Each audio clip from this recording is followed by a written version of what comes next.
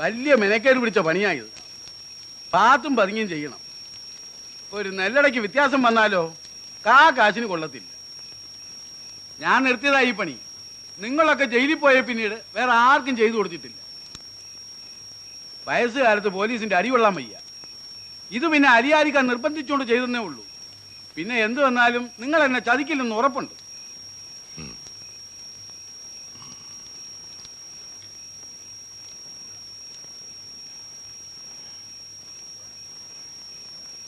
ഇനി പണി അധികമില്ല.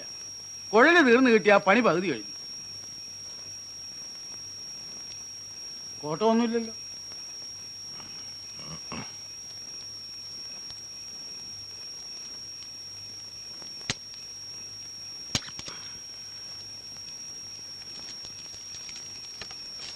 ഇതാ ഇത് 235 ഉണ്ട്.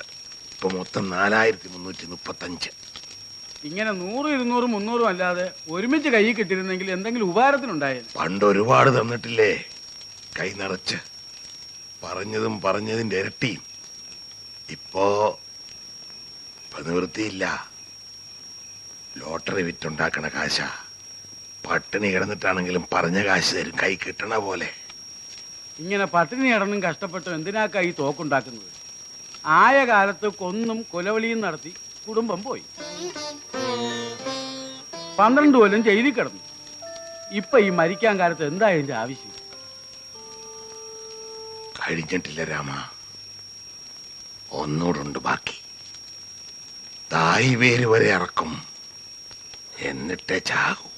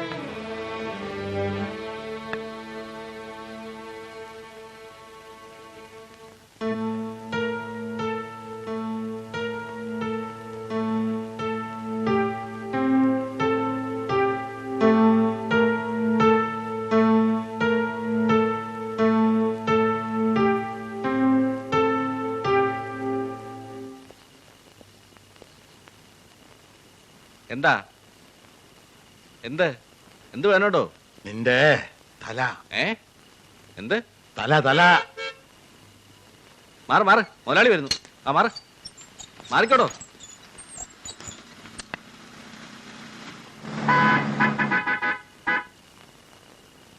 വഴിന്ന് മാറി നിക്കടാ, മാറി നിക്കണോ, വഴിന്ന് മാറി നിക്കടാ പട്ടി. ശരീരത്ത് തൊട്ട കൊന്നുകളി ഞാൻ. അന്നീ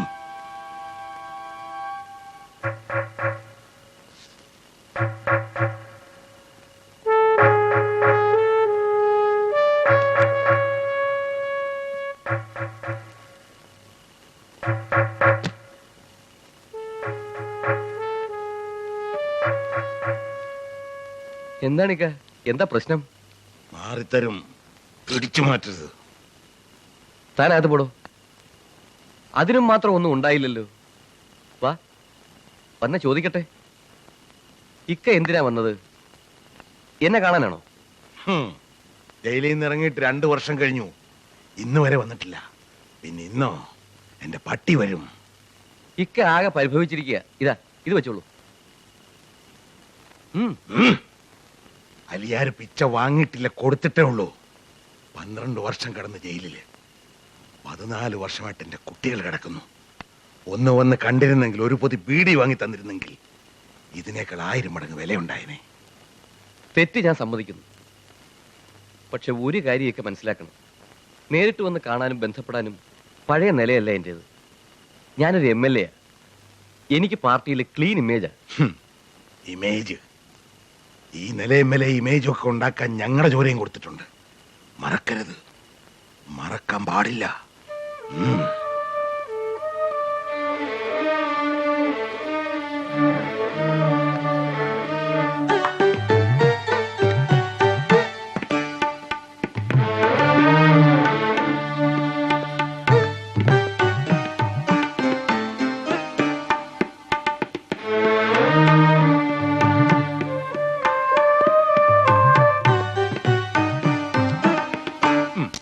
അയ്യോ ബാബ, കൊലച്ചതിയാണല്ലോ ചെയ്തത്.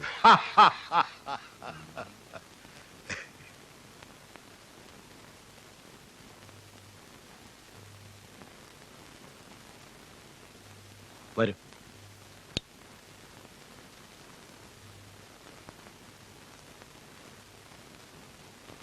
ബാബ, ഞാൻ ഇന്നലെ പറഞ്ഞയാള് ജോർജ് മാത്യു.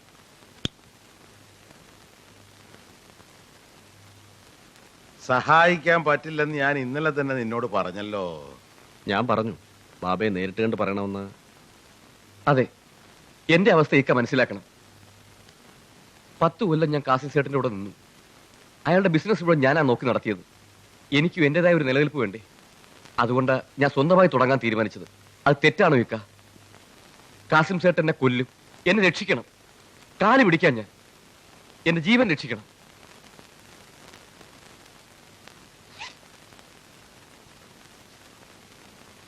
ഇതിരിക്കട്ടെ, ഏത് വ്യവസ്ഥയ്ക്കും ഞാൻ തയ്യാറാണ്. നിന്റെ പേരെന്താണെന്നാ പറഞ്ഞേ? ജോർജ് മാത്യു. എന്നെ നിലനിർത്തിയാൽ ചോദിക്കുന്നത് എന്തും തരും. നിനക്ക് നേരിട്ട് സ്വർണം കിട്ടുമോ? കിട്ടും. എത്ര സ്വർണം വേണമെങ്കിലും എനിക്ക് എത്തിച്ചേരാൻ ആളുണ്ട്. ബാക്കി എല്ലാ സെറ്റപ്പും ഞാൻ ഉണ്ടായിക്കൊള്ളാം. ഇക്ക എന്റെ ജീവൻ രക്ഷിച്ചാൽ മതി. എന്തു പറയുന്നു രാമയ്യൻ? ഒറ്റയ്ക്ക് നടത്താൻ കഴിവുണ്ടെങ്കിൽ നടത്തട്ടല്ലേ? നമ്മുടെ ചേരിയിലെ കുറെ പാവങ്ങൾക്ക് എന്തെങ്കിലുമൊക്കെ തൊഴിലും കിട്ടുമല്ലോ. അതെ ബാബ. ഹംസ, തൽക്കാലം നമ്മുടെ ഏതെങ്കിലും വീട്ടിൽ കൂട്ടട്ടെ. വേണ്ട സഹായമൊക്കെ ചേർക്കാൻ നമ്മുടെ ആളുകളോട് പറയണം. ശരി ബാബ. പൊയ്ക്കോ. ഇനി കാസിം സേട്ട് നിന്നെ തൊടില്ല.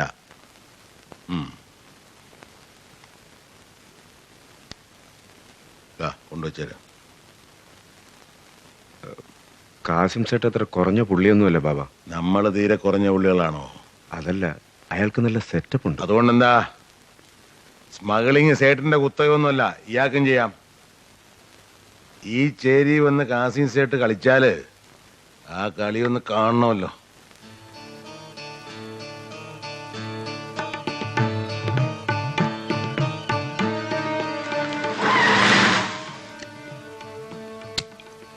ബാബ, കാസിം സേട്ട്.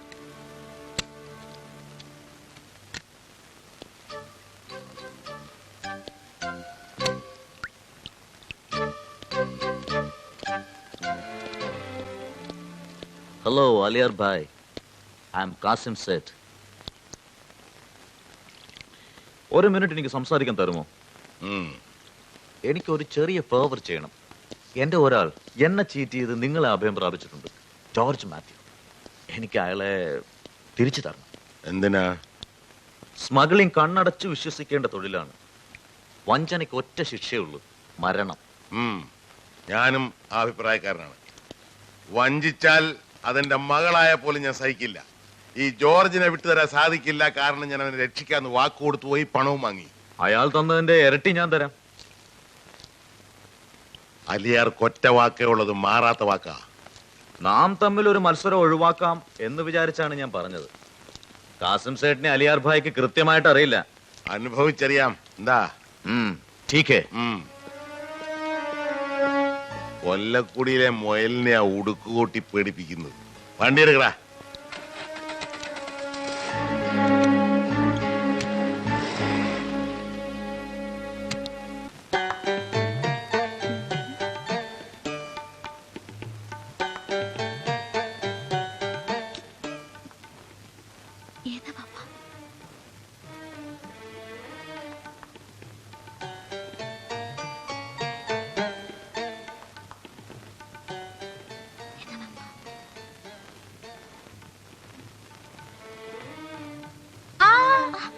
കണ്ടോ പാപ്പ, ഇവിടെ ഭയങ്കര കള്ളക്കളിയാ. അയ്യോ, അറിയാണ്ട് കൈതട്ടി കരു നീങ്ങിയതാ. കാക്കയുടെ കണ്ണോ? അല്ല, ഇങ്ങള് കളിക്കാണോ തല്ലൂടാണോ? കെട്ടിക്കാൻ പ്രായായി, കൊച്ചു പിള്ളാര് മാതിരി. എന്നാലേ വേഗം എന്നെ കെട്ടിച്ച് തരീന്റെ കുഞ്ഞാമിന. ദേ, ഇത് കേട്ടാ?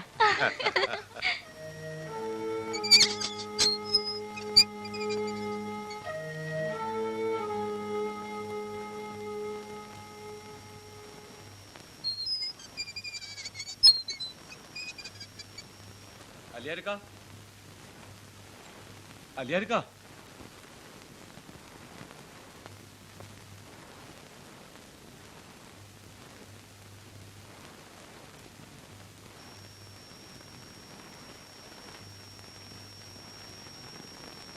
എന്തുണ്ടായി? 4-5 ആളുകൾ ഞങ്ങളുടെ വീടുകളിലൊക്കെ വന്ന് ഞങ്ങളെ തല്ലി. ജോർജ് മാത്യു സാറിനെ അന്വേഷിച്ച് അവർ വന്നത്. ഞങ്ങളുടെ വീട്ടിലെ ചട്ടിയും കലമൊക്കെ അവർ നശിപ്പിച്ചു. രാമയ്യനും ഹംസയും രാമയ്യനും ഹംസയും വന്ന് അവർ ഓടിച്ചത്. അല്ലെങ്കിൽ 3-4 ആളുകളും മരിച്ചേന്.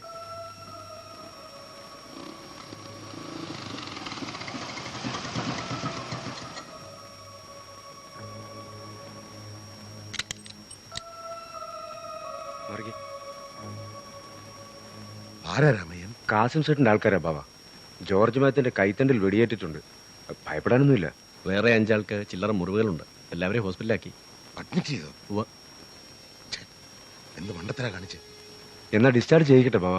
കഴുതകള് രണ്ടിനും ഈ തണ്ടു തടിയല്ലാതെ മറ്റൊന്നുമില്ല. ഇപ്പോഴാണ് ആൻറ്റു വേണ്ടത്. ആ, പറ്റിയത് പറ്റി. ഒരു കാര്യം ചെയ്. ആര് ചോദിച്ചാലും ആരാണ് വന്നതെന്നോ എന്തിനാണ് വന്നതെന്നോ ഒരറിവില്ലെന്ന് പറഞ്ഞേക്കണം. സേട്ടുവിന്റെ ആൾക്കാര് നമ്മുടെ സ്ഥലത്ത് വന്നിട്ടില്ല. മനസ്സിലായോ? ആ, എല്ലാരും പോയിക്കോളി. ഇനി ഒരു കുഴപ്പമുണ്ടാവില്ല.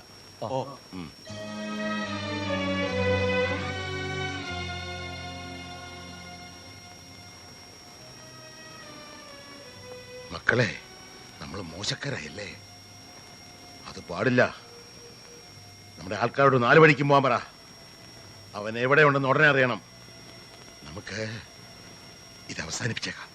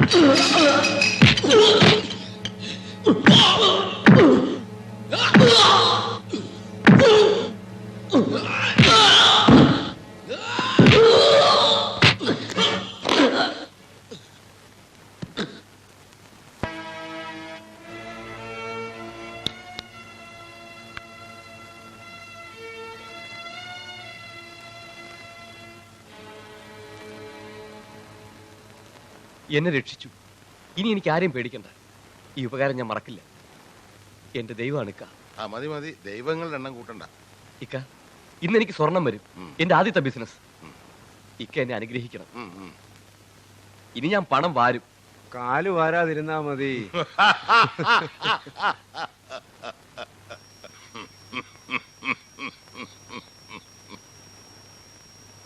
കള്ളക്കടത്ത് തുടങ്ങിയപ്പോ നില വന്നു, പാർട്ടി ചേർന്നപ്പോ വില വന്നു, ഇപ്പോ MLA ആയപ്പോ ഇമേജ്.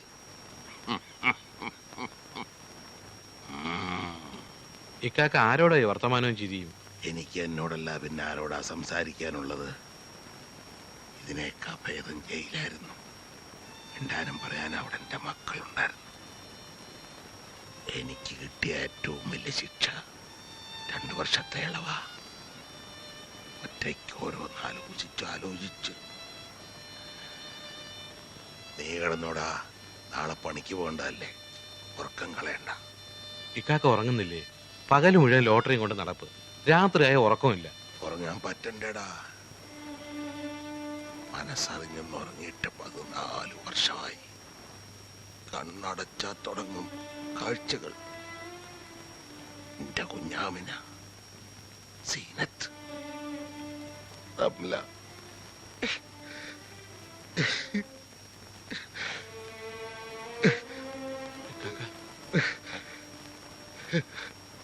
ഇക്കാക്ക അതൊന്നും ഓർക്കണ്ട, ഒക്കെ മറക്കാൻ നോക്ക്.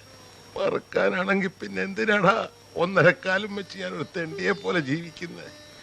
ചത്തൂടെ എനിക്ക്.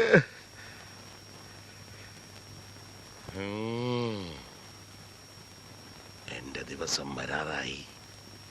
എന്റെ മക്കളൊന്ന് ഇറങ്ങട്ടെ. 14 വർഷമായി എന്റെ കുട്ടികള് റിമാൻഡ്, ജയില്. 14 വർഷം.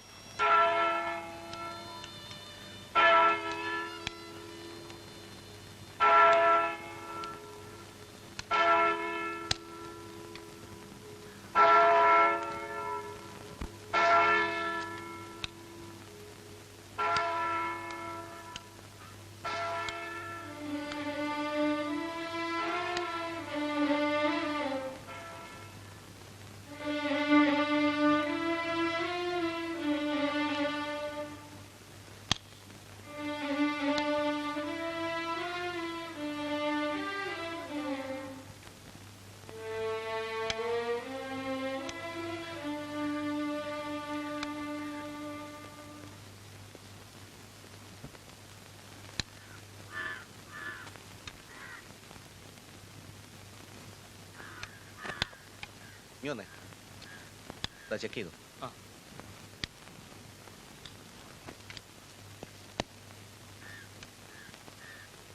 സാർ, ആന്റണി ഭക്ഷണം കഴിക്കുന്നില്ല. ഏതാന്റണി? 321. എന്തു പറ്റി? അറിയില്ല സാർ. രാവിലെയും ഭക്ഷണം വാങ്ങി ആർക്കോ കൊടുക്കുക ചെയ്തത്. നിരാഹാര സമരം വല്ലതുമാണോ? ചോദിച്ചിട്ട് അയാൾ ഒന്നും പറയുന്നില്ല.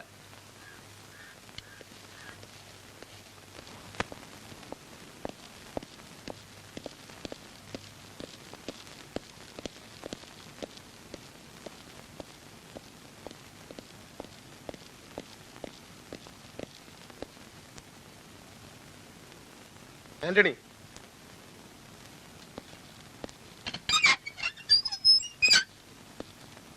നിങ്ങൾ പോയിക്കോളൂ. സാർ, അയാളോട് പോകാൻ പറഞ്ഞത് നമ്മുടെ പ്രൈവസിക്ക് വേണ്ടിയാണ്. എന്താ ആന്റണിയുടെ പ്രശ്നം? ഒന്നുമില്ല. പിന്നെന്താ നിങ്ങൾ ആഹാരം കഴിക്കാഞ്ഞത്? രാവിലെയും കഴിച്ചില്ല എന്ന് പറഞ്ഞു. ഞാൻ ഇവിടെ ചാർജ് എടുത്തിട്ട് 1 വർഷമാകുന്നു. ഇന്ന് വരെ കുറ്റവാളികൾ എന്ന നിലയിൽ ഞാൻ നിങ്ങളോട് പെരുമാറിയിട്ടില്ല.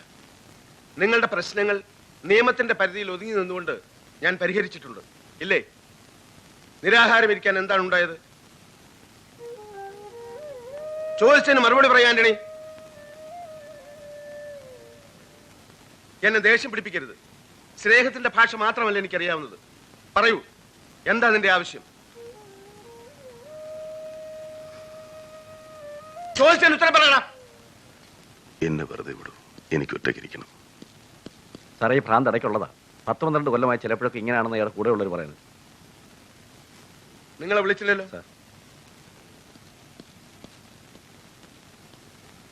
അയാൾ പറഞ്ഞത് ശരിയാണോ? ശരിയാണ്. ഇങ്ങനെ കുറെ ഭ്രാന്ത് എനിക്കുണ്ട്.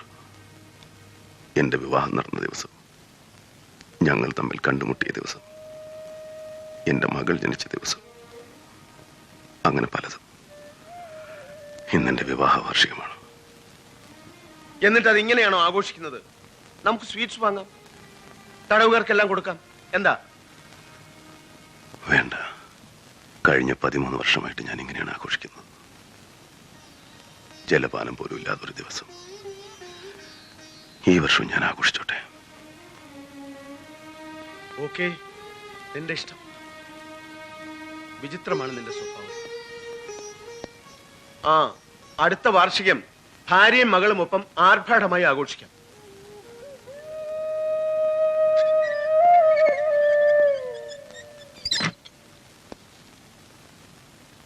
Many happy returns of the day.